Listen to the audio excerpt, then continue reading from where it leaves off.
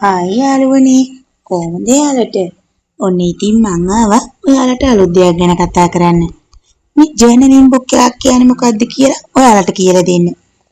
ජර්නලින් book එකක් කියන්නේ අපිට දිනපතා සිදුවන සිදුවීම් අපේ සිහිනයන් අපිට දැනෙන සිතුවිලි පෙළගස්සන අපූර්ව තැනක්. ඒකෙන් ඔයාලට වාසි ගොඩක් තියෙනවා. ජර්නල් එකක අපි ලියන්නේ ඔයාට දැනෙන හැඟීම්, සිත් වේදනා, සතුටු හිතෙන දේවල්, ඔයාට මොටිවේෂන් එකක් දෙන දේවල්.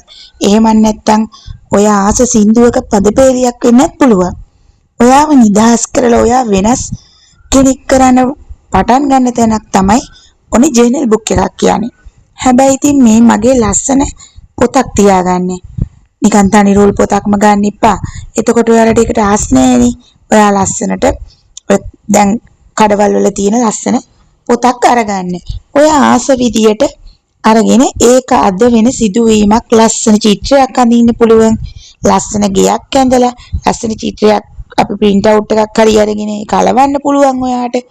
ඔයා හැබැයි මෙහෙම දෙයක් කරන්න. අද දවසේ වුණු දේවල් වලට ස්තුතිවන්ත වෙන්න. එතකොට ඔයාට දේවල් ආකර්ෂණීය වෙනවා. ජර්නල් එකක් ලියන එකේ වැඩි වාසිය තමයි ඔයා ධනාත්මකව හිතන්න පටන් ගන්න එක. එතකොට ඔයාට ভাইබ්‍රේෂන් එක ඉහළට යනවා.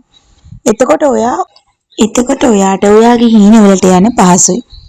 මම ඔයාට කියන්නේ මගේ අත්දැකීම්. මමත් කාලයක් තිස්සේ හැමදේම ඍණාත්මක අදහස් වලින් හිත පුරවගත්ත කෙනෙක්. ඒකේ මොකද්දෝ මන් දන්නේ වාසනාවකට මම එක YouTube නාලිකාවක් බැලුවා. ඒක අදටත් මම බලනවා. ඒක මගේ හිත වෙනස් කළා. මේ විශ්වයේ පුදුමාකාර දෙයක්. ඒක ප්‍රාතිහාර්ය බොහොමයි කියලා මං කියන්නේ යන්නේ ඒකයි. ඒ දේවල් බලලා මං ගොඩක් දේවල් ඉගෙන ගත්තා. මං සතුටින් ජර්නල් එකක් ලියලා අද දවසේ වුණ හැම දෙයකටම ස්තුතිවන්ත වුණා.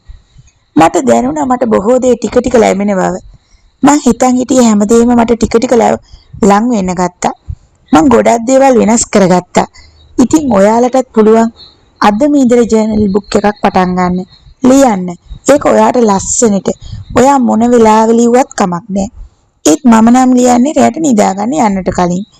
ඒ දවසේ වුණ හැම දෙයකටම ස්තුතිවන්ත වෙලා මං හැමදාම උදේ ඉඳලා මගේ දවස ගෙවිච්ච හැටි ඒ හැම දෙයක්ම ලියන මං මගේ ජර්නල් බුක් එකේ.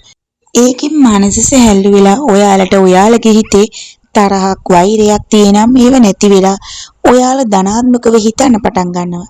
ඒකෙන් ඔයාලගේ ඉලක්ක හිණ හැබෑ කරගන්න පුළුවන්. ඔයාලා හිතයි මේක හැමදාම ලියන්න ඕනද කියලා.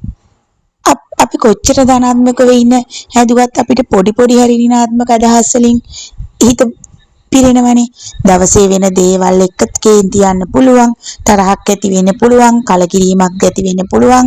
හැබැයි ජර්නල් එකක් හැමදාම ලියන්න ගත්තම එතකොට හිතේ නොසන්සුන්කම නැති වෙලා හිතට සතුටක් සහනයක් ගන්න පුළුවන්.